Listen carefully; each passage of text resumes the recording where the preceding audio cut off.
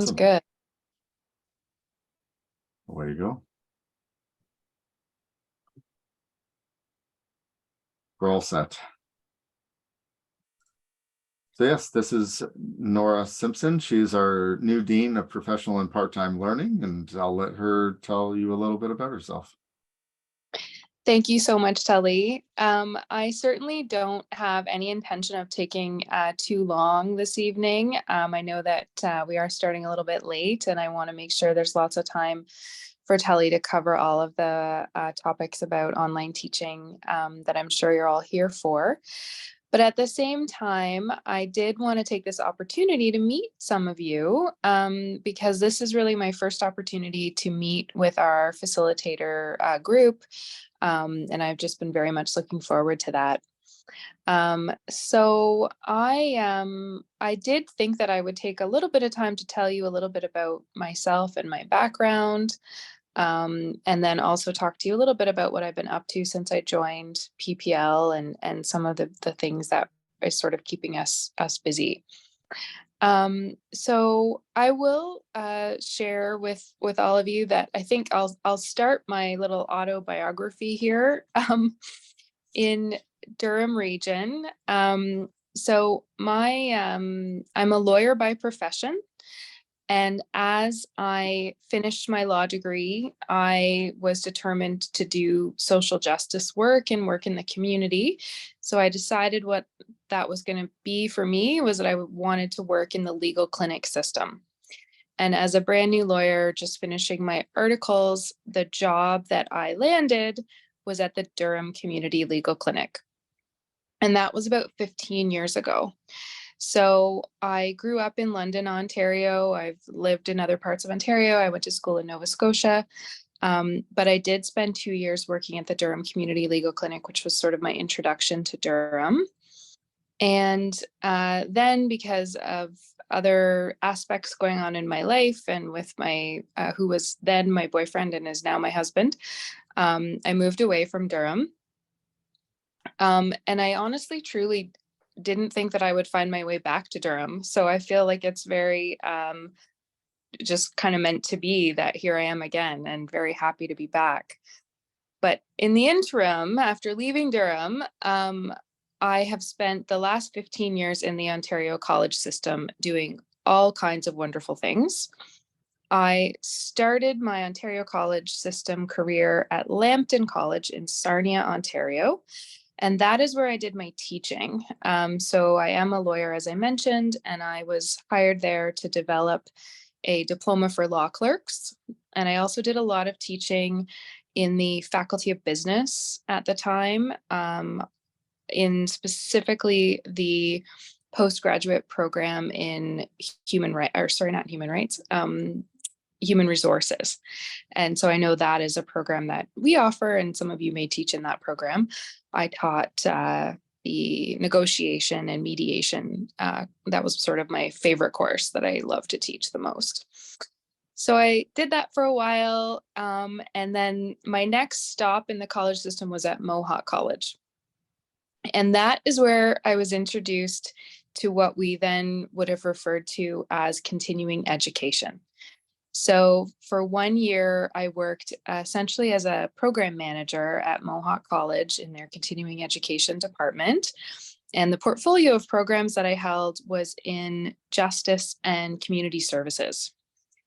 And I just loved every second of working with mature learners and working in professional development spaces. That was the first time I got to be involved in online learning.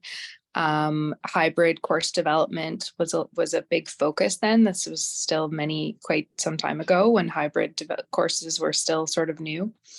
I had just a wonderful time, and then an amazing opportunity came up at Humber College, and that's why I left Mohawk. And I always felt like I left too soon. I always felt like I had so much more work to do in this space. So I've spent 10 years at Humber College. I've worked in two different roles. So one was in what we call student affairs or student services.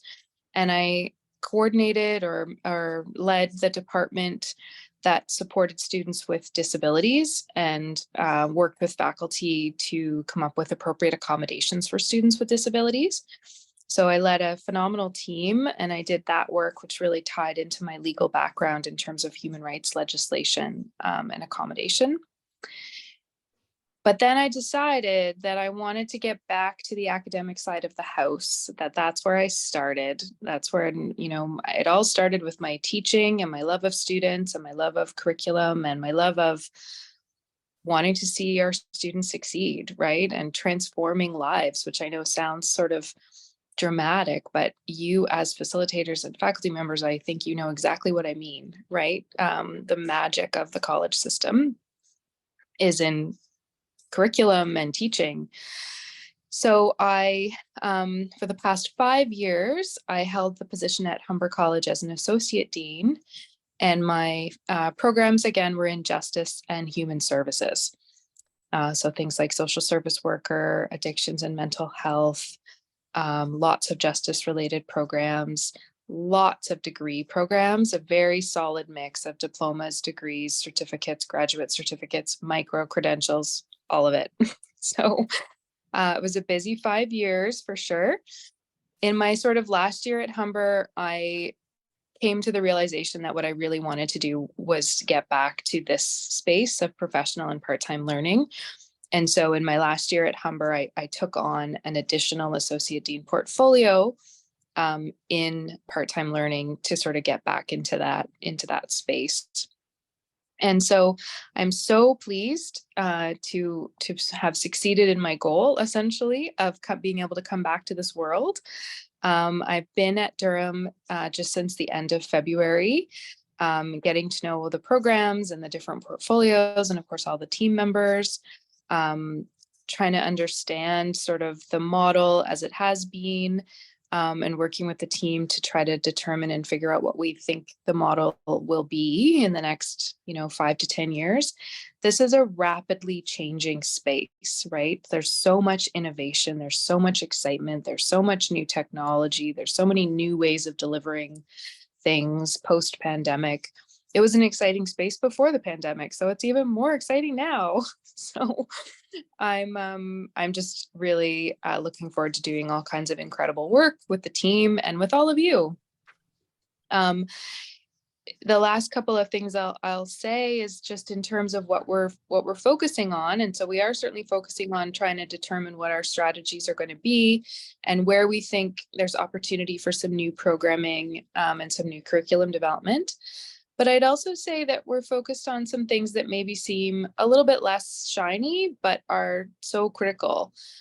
So one of those things is data, just trying to understand who our students are, which programs we have that are doing really well and which programs maybe aren't doing so well and why that might be. And so some of those important elements. Another piece is marketing. So we have incredible marketing resources on our team, but trying to understand how do we best leverage those resources to make sure students know who we are. So we're doing working kind of on all levels, strategic, operational, and just looking forward to a really exciting, time ahead. So I'm going to hand it back over to Tally because, as I said, I don't want to take too much time. I am going to stay on the call, and so I know there may be some opportunity for questions or comments or some back and forth, and I'm happy to engage in that as the call goes on. Thank you all, and again, sorry about all those technical issues. Over to you, Tally. Thanks, Nora. Awesome. All right. So I was going to try to quickly chat about lots of different online teaching practices. Some of the ones that I'm going to chat about tonight, we've talked about briefly before, but as they keep coming up in some of the feedback that we get and the evaluations that we receive, there's some areas just to reiterate in these meetings just because we get a chance to. So the first one that keeps coming back low in the evaluations. And again, I understand that I'm preaching to the converted and we have limited scope and stuff because many of you attend the vast majority of these sessions and have heard and put all of this stuff into practice, but building a community kind of and connecting with them. So I've talked about video announcements and just adding video to your course. I know that with my work study students that we have working with us now, and then the consistent feedback from the evaluations is that students really do want to see you facilitators. They really want to see who is teaching them this course on a more regular basis than just kind of a couple times a semester. Like ideally, you'll be sending out a video announcement once a week, and that's a little bit better for building that community, just because they are seeing you check in with them each and every single week when you start new topics in your course. Yes, Georgianne. Why did you say yes, Georgia? Waiting for me to ask a question. I use Screencast-O-Matic, which is now ScreenPal. Does Durham have a program like a screencasting program that we have access to that we can use? So you actually can use Zoom, which is what we're using for this meeting. Everybody does have access to Zoom, and you can share your screen and record it at the same time. So it is a paid product that has a bunch of different tools in it that wouldn't necessarily watermark if you want to do it that way. And it just takes a little bit of practice. Sometimes I have certainly had to practice myself, because early webinars, I only had, me as a small thumbnail, or everybody as the Brady Bunch. And the reality was, is if I'm kind of speaking, it makes sense to have that screen a little bit larger in the recordings. Yeah. If I could just say something, Tilly. Yes, of course. I use Zoom. I use Zoom all the time, and I love it. And I can navigate into the course and go through, the instructions for the assignments, and I love it. It is a pretty easy tool to use, and one that most of us have become familiar with in various different areas of our lives. So in the resources document that I'm going to be throwing around to everybody again that has attended this, it is just a small snippet. It is a very quick link. It is your banner ID and regular password for Durham College that gets you access to your own personal Zoom room. So that isn't, PPL or anyone else. It's literally this room that I have. I can set up meetings like what I did here, where it's a specific link, or often when I've met with any of you during development, you get just my generic room link, which everybody has, and we can have a huge party in that virtual room if we wanted to. So yes, play around with Zoom. You might find that it's fairly quick and easy to pick it up and do what you want. Okay, so would you say that would be the preferred tool for us to use for Yes. Durham College? Okay, Yeah, I'll learn it. I'm sure it's. I never even thought about recording and screencasting in Zoom. So I'll give it a shot. If you have any other questions, or you want to just kind of set up another meeting to chat about how it's going for you, I'm happy to do so and show you a few more tips and tricks than what I'll necessarily get into in today's lesson. The webinar. Yeah, in fact, and I had a comment about that later about how we want these webinars more or less to kind of go, but I'll get to that in a bit. One thing I did want to touch on with regards to the video things is that in previous ones, we've actually talked about using some of the recording features that are actually in D2L. So I wanted to touch base on them just very quickly too. Communication announcements, because I've talked about doing them this way, and it's fine to do them this way, but I wanted to put just a word of caution with you, just so that you understood.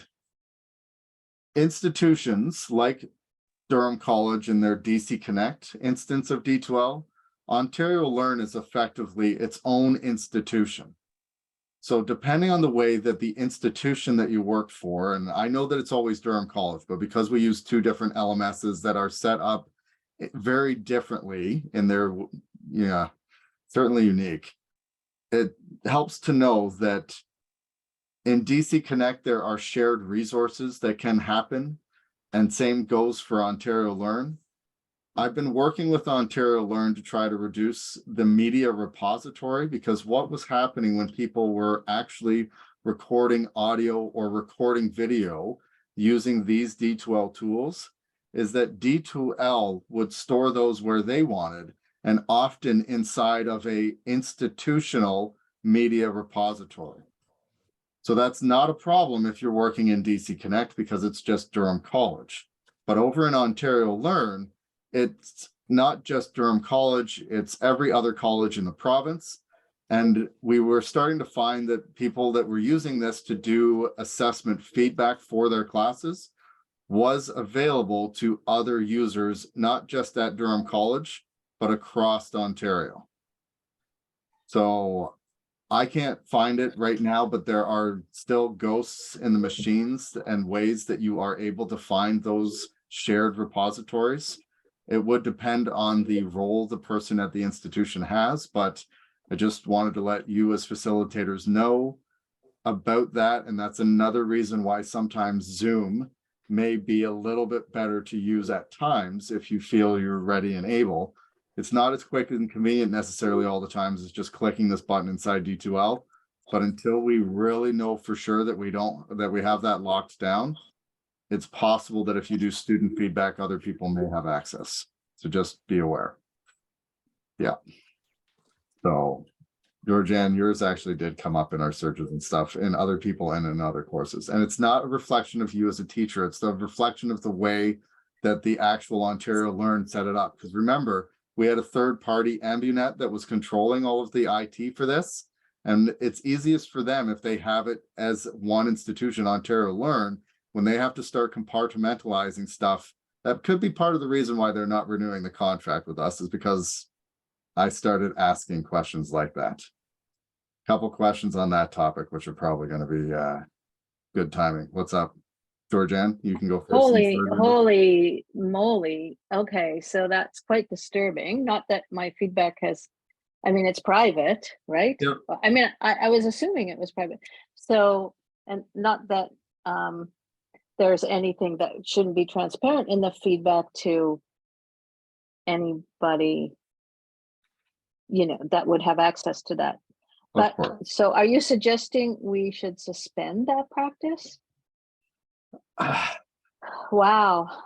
I honestly thought that we've had it locked down probably 2 or 3 times now. And inevitably, some of the instructors that I was working on that with, or that were highlighting where they were finding this stuff, I'm not 100% sure that we've got it locked down. And with Ambunet leaving this summer, I'm not sure that their mindset is in a place where they want to continue problem solving some of the stuff, as opposed to working on their exit plan and handoff.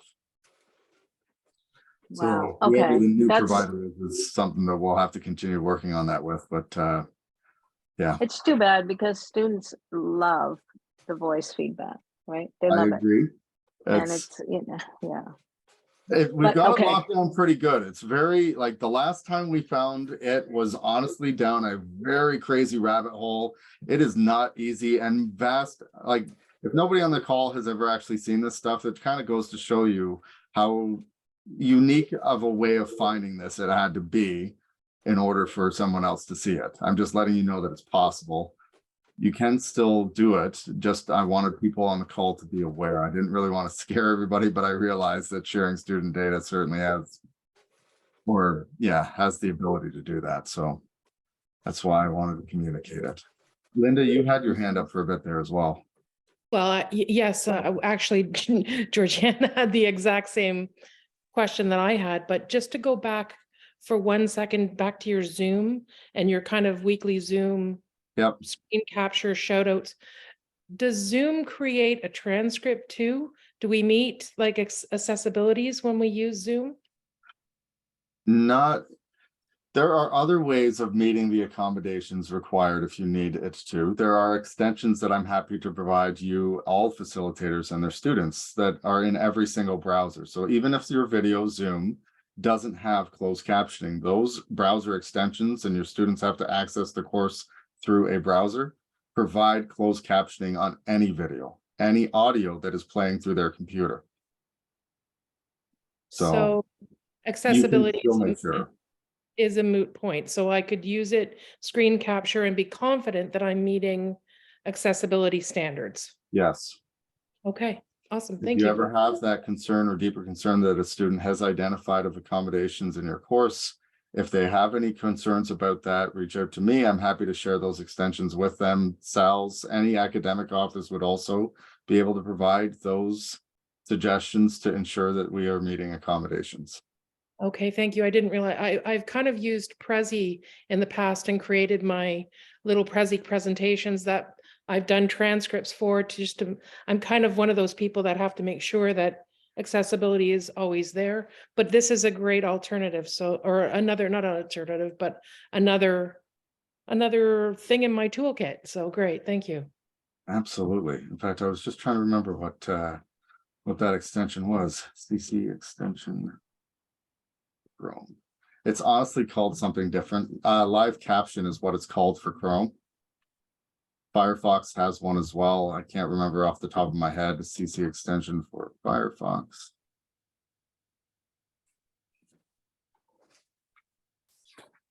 Yeah, there's a bunch of different extensions for Firefox as well. Every single one of them has now those accommodated tools, which are super helpful. Okay, perfect. Thank you. No problem at all. And same goes for anyone, depending on what you're seeing or working with in your class. I'm happy to take on some of these challenges with you. If you're not alone, just don't hesitate to reach out and let me know what you're working with. Okay, so that one I just wanted to address quick. It actually segues not too badly into the second topic that I wanted to talk about, which was availability dates and accommodations. So realistically, I wanted to talk briefly about what availability dates are, just to kind of remind people how they work. It's a common question that we end up getting. So if you, any assessment, sorry, Fiji, you have your hand up? Sorry, Tully, I didn't mean to interrupt, but Nope, because we not at were all. talking about transcriptions, etc., I just enabled closed captioning, and everything that we are saying is coming out as transcripts too. And we are on Zoom.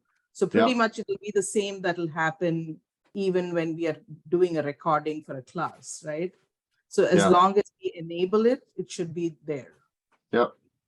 And Zoom lets you pick up the language that you want. So of I course. saw you playing with that tool. It's awesome. Yes. Well, thank you. Sorry. No, thank you. That's very important and another reason to use Zoom. That's excellent. Yeah. I had another hand up. I can't remember who had it. No? Okay, no worries. Okay, so availability dates. If you happen to be in any single assessment, because you can set availability dates in D2L on pretty much anything, we do discourage you from doing that on content. Due to the online asynchronous nature, students should have access to the content of your course. The exception would be obviously assessments and some other areas that you might deem worthy of that.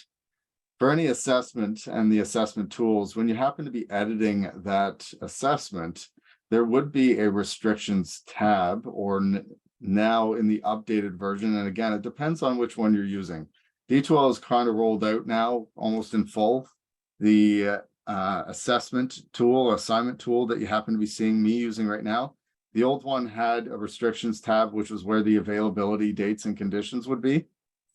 So they've actually gotten rid of, as you can kind of see in this tab, you've got due date, start date, and end dates. So what a due date is it's actually like a soft date. Sometimes in any course that we've kind of taught, we might have that this assignment is due on May 17th, which is today. However, you can submit it up to like 5 days late at a penalty of whatever, 10% a day. And after 5 days, it kind of shuts down completely. So the due date allows students to submit it anytime, even after that due date, up until the end date. So all the due date does is it flags late submissions in red. It doesn't prevent students from actually accessing or submitting their assignment or discussion or completing their quiz. It just flags it as handed in late submission. So if you actually are trying to lock students out of the submission or the posting of discussions, the actual completion of a quiz, that would be your start date and end date. Start dates mean that no student can access that before that date. Now, the thing of why I encourage people to certainly use start date and end dates is because in the assignment area, students can still access everything. So in any given assignment, when they kind of see that link, course link, this is a presentation assignment, they can get all of the instructions even before the start date. And if you have an attachment with that, they can actually access the attachment as well. What the start date prevents them from doing is actually submitting the document. So it provides them everything that they need to be able to do to start working on it immediately if they chose to, but they cannot submit until the start and end dates of what you set in the actual tool. The end date is also just that. It's a hard deadline. You are not allowed to submit or start the quiz or post anything in the discussion boards after that date. So depending on which tool you're using, it allows you to play around with it a bit. That this, you know, in the discussion tools, they can still see the posts, but not actually start a new thread or anything. So each tool kind of works a little bit differently, but ultimately the end date means that they're not able to submit anymore or complete it. The start date means they can't actually submit or do anything before that start date. So we do encourage you to use start date and end dates on your assessments because students can still access the instructions, but you're preventing them from handing things in until effectively they've completed enough of the course content to be able to fully achieve a good grade on the assessment. All right. So that was a little bit about that. The accommodations that I wanted to talk about was everybody in your course should have the same start and end dates and timings that they have, with the exception of those who have identified as accommodated individuals. So changing the start and end dates or complete times of any quizzes that you have doesn't actually provide the accommodation. So again, I'm aware that I'm speaking often to the converted in this meeting and that we tend to be passionate about this stuff. But in any quiz that you have, and I've seen it a few times with some other instructors, that they'll actually change the total time of the quiz, feeling that that has accommodated the student, but really it's accommodated the entire class. The entire class then gets the benefit of that new restriction. And that's problematic because technically you have not provided the accommodation to the student, because if their accommodation is a time one of time and a half, then just changing this for the entire class hasn't provided them time and a half over the actual class. So you do need to use special access for accommodations. And in this screen, which is the old version, I don't know who's using the new one or not. In the property screen I had, you can kind of see this drop down over on the right-hand side, because D2L is in the process of switching all of their tools over to the new screen that you saw me using over in assignments. The new quiz screen works similar to that as well. So if you want to get a jump start, click on the down tab and kind of play around with the new set. Like they've just rearranged things. All the features are still there, just in a different placement. So yes, that's just a little bit about accommodations and how to provide them and make sure that you are actually providing them over the entire class. Same deal in here, you see the due date, start date, and end dates that we just kind of talked about in a slightly different layout. If you ever have any questions about accommodations or how to provide this, there's another reason that this can happen is if a student has a genuine reason for missing an assessment or requiring an extension for whatever reason that you'd like to provide them one, you should again be using special access at those points to provide that student with the means to access and submit past the end date of your assessment. All right. So that was a bit about availability dates and accommodations, how they work. What else have I got? I'm going to chat now about the best way to accommodate some intelligent agents. All right, I was going to talk briefly about course links. So I've been really kind of working with the developers lately to help them minimize the amount of maintenance that they have to do when changes occur to any assessment in your course. And it is very helpful for both myself and for you as facilitators. And it also makes sure that students are getting consistent data with where they're getting it from, which should be anywhere in the course. So the example again that I just had quickly was in marketing law. I've seen in some of the courses that I've crossed paths with that people will occasionally put the assessment instructions. It could be discussion, often assignments I see this with, that they'll put them in an actual web page. that they'll dump them in there. The problem with web pages and putting your assessment information in them is that those web pages are kind of standalone. If you ever had a change in date, then you have to go into each and every single web page or PDF or PowerPoint or Word document and change them in every single one of them. And it can be, at times, as we get through the years teaching these courses, something that we don't always remember all the locations in our course to update. So what I've been encouraging people to do is, even if you wanted a folder where all of the evaluations are, that's still fine. So the way that we've done it in this course is that each discussion, we've used links. So you can, if you've got it, if you have an assignment as a Dropbox, or you have a discussion, or you have a quiz, you can actually add existing activities, and you can add that assignment Dropbox, the discussions, quizzes.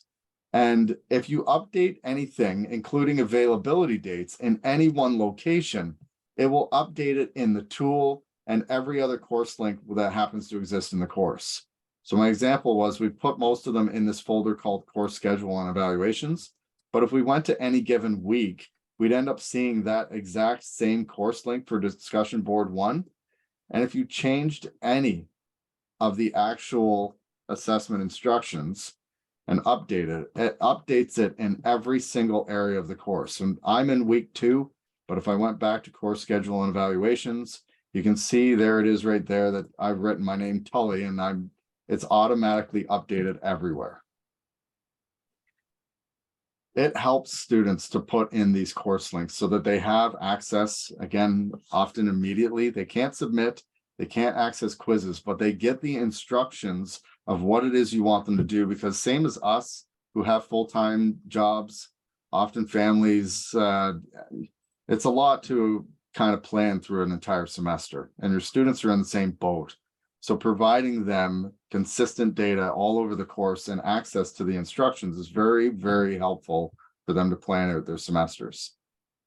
So I would definitely encourage you to use the add existing activities and add those course links throughout your course with the instructions. Now, one little caveat to that would be, in the actual assignments, because our assignments can be so long and have so many details in the instructions, it's not always that we will put, like we have here, all of the information in this assignment instruction area. Often what I've encouraged is to put all of this information, A, B, C, all of that, into a Word document. And ideally what you would put in the assignment area, like you attach it then. So the students still have access to the attachment, but they get the purpose written in this. So usually what I would do is I'd have almost everything from topics down kind of thing in a Word document, submission, grading, all that kind of stuff. And I just have the purpose and other key information that they'd need before actually going into the full instructions themselves. It still makes you update everything from one location, the assignment Dropbox, and updating the attachment. But you can also do that from any course link. So again, it keeps it very consistent, even though it's in a Word document. So course links are incredibly helpful. Same deal as always. If you ever have any questions about that, or would like to kind of rearrange your course a bit for those things, I'm happy to help out. And ultimately that will come, the times that you invested will certainly come back around to you, and then some, when you actually start using those course links. All right. I have a couple other things that I was going to chat about tonight, but the last topic that I was going to talk about was intelligent agents. So I touched on this topic briefly last session, emerging technologies, maybe. It might have been the one before. I've touched on it briefly in the last couple, but what I've got access to now is Durham College and the day school programs and courses had kind of instituted intelligent agents in their courses, and they had taken the idea of it through Purdue University.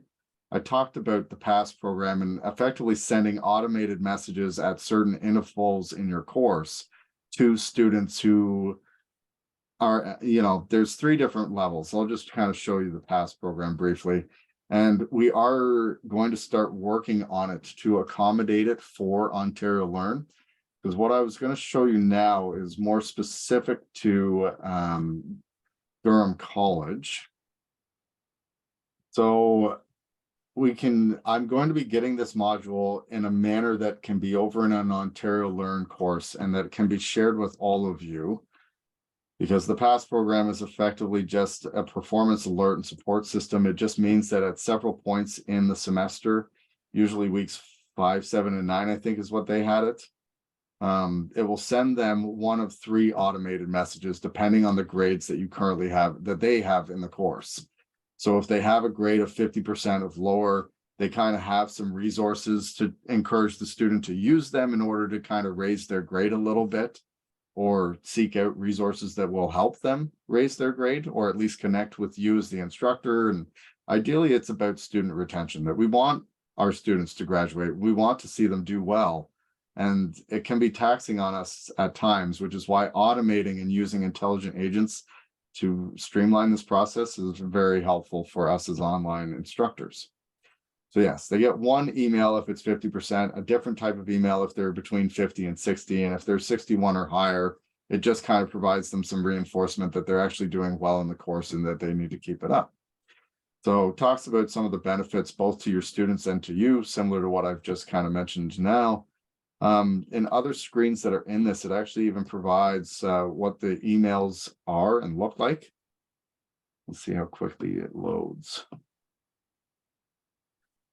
Yes, those 3 emails, 4, 7, and 9 is when Durham College. But the reality is that those dates need to be set each semester, kind of like your other assessments. We use the date manager, or we have to update the dates in our course anyways. The same thing would happen with the intelligent agents, is that each semester we'd have to set the weeks that we want this to run and let the students know how they're kind of doing. So it has past letters here that are able to automatically use. And some of these things are going to need to be updated. Ontario Learn has different, or it's their host institution. So it's the way that we word these letters that is going to be updated to Ontario Learn, because a Durham College student would reach out to Student Academic Learning Services, but a George Brown student would have to reach out to theirs. So, or Ontario Learn. Sometimes, depending on what their need is, Ontario Learn has resources for them as well. So there's 3 different letters there that are automatically and already written: the red, the yellow, and the green. So yes, it's about tweaking this for our use. They also have a second red letter that's a little bit, or it's actually, so weeks 4, 7, and 9, they get the generic just kind of check-ins. There's a separate red letter to let students know before the course drop date how they're doing in the course, so that they don't necessarily take this grade with them into their future. That if they decided that they just don't have the capacity in their life at that time, they'd be able to withdraw from the course without academic penalty due to this automatic intelligent agent just letting them know where they are at in the course. Because I'm sure we've all had a few students that have kind of mentioned that they wanted to withdraw. They tell us sometimes even before the drop date, but then they just don't action it until afterwards. And inevitably, you're going to get a couple emails on that topic, usually back and forth. And it can be a bit of a drain on our resources as well. So using these intelligent agents and automating some of that process, ideally, ultimately comes back and saves you time as well from needing to deal with the issues that can arise if they're not actioned on time. So that PASS program also has lots of stuff in the back end that can be tweaked as well. I talked briefly about how to set up intelligent agents, and this one has those intelligence agents set up already. We just need to kind of change the dates of them. So inside here, you see the 3 plus the one that's meant to be right before the drop date. And the intelligent agent doesn't look like anything too complicated at the moment. It just talks about the green letter, which is down below when it gets initiated. And then the only other one that we need to kind of set is the date on this of when it's going to go out. And we can set up other intelligent agents too. I was actually at the end of this going to kind of open it up to solicit some feedback about what we might want to see for our online asynchronous courses in this, because we can actually set it to login activity as well, that a user has not logged in the last week. or two, that it kind of gives them a nudge to say, I see that you haven't been logging in with regularity. You know, if anything has come up, you should be communicating well with your instructor with what's going on in life, and ideally encourage them to successfully complete a course that they wanted to take. You can also do, depending on different course activities, and really anything at all in your course. This one just had that the final grade is between 61 and 100%. So it's your green letter that they're kind of working on. You can also get reports out. So after one of these intelligence have run, so if we set it up to run in week 4, just after week 4 is finished, or whatever date we've set, you can actually run a report. And really, it's not anything that you can't get in the class progress anyways, but it's neat to see it in just an Excel file. In fact, I think we've probably even got it here, running reports. So yes, they've got these scheduled in week 5, 8, and 10, because that's the week after we kind of had them happen. And ultimately, what does it spit out? Export success, step 6. So it spits out just a little Excel file that lets you know this is the agent name that ended up actioning, and it was the green letter. So all the students that you kind of just see up at the top had a green letter sent to them because they were doing well. It just gives you a snapshot of who ended up where in this. It's the same thing that your grade book will more or less tell you, but it just lets you know that it was actioned and what they got. And it doesn't take long to run that, and it's just an Excel file download. All right, so that was most of the topics. Now I was just going to talk about a couple other things, and I'll shut off the recording a little bit in just a moment, just to kind of open it up for some good conversation about these. But I wanted to talk about what potentially might be the best way to communicate to our online facilitator community. These webinars do not bad, but we do often see some very familiar faces as we log on to these every single webinar. So there are others that aren't necessarily a part of these that we'd still want to reach as well. So an example of one of the communications that we send out, one was the newsletter, but the one that I was going to talk about tonight was we send out a semester startup email. And in that email, there is good things that are helpful reminders to what we need to set up. One of them was ensuring availability dates are set and correct, and there's good information, and we're updating it currently, but as seasoned instructors, you may or may not end up reading those things often. So I was just hoping, once the recording was done, more or less, to kind of solicit some of the feedback that you may have on those emails and that correspondence. It is a challenge in our world to try to keep things short and succinct. I've got that down to the same page that it's always been, even though I've updated it, but I just wanted to kind of know what your feelings are on those areas. The other one was I really am looking for some volunteers, more or less, to work with me with intelligent agents, because it's something that we are going to be it exists in your courses. You're more than welcome to play with it on your own. If you want support, I'm looking to roll out either the past program or something very similar to that, automating messages at certain checkpoints in courses. And I'm hoping to work with interested people who want to see that in their course and experience what that might be. Ideally, again, when I've used it in my courses, the benefits end up coming around to me quite quickly, and I do end up seeing an uptick in student completion over semesters. But yeah, I'm hoping to have some people to pilot our new intelligent agent program and tweak some of the messages that are in there for our student populations. The last one that I kind of wanted to open up to the group, and I know I've gone through all 3 of these, I'll remind you what they are as we kind of continue the conversation, but I had given some thought with these webinars also. They tend to be well attended, which is great. We do have some excellent conversations, but I was also wondering if we should potentially have more of a workshop style to some of them.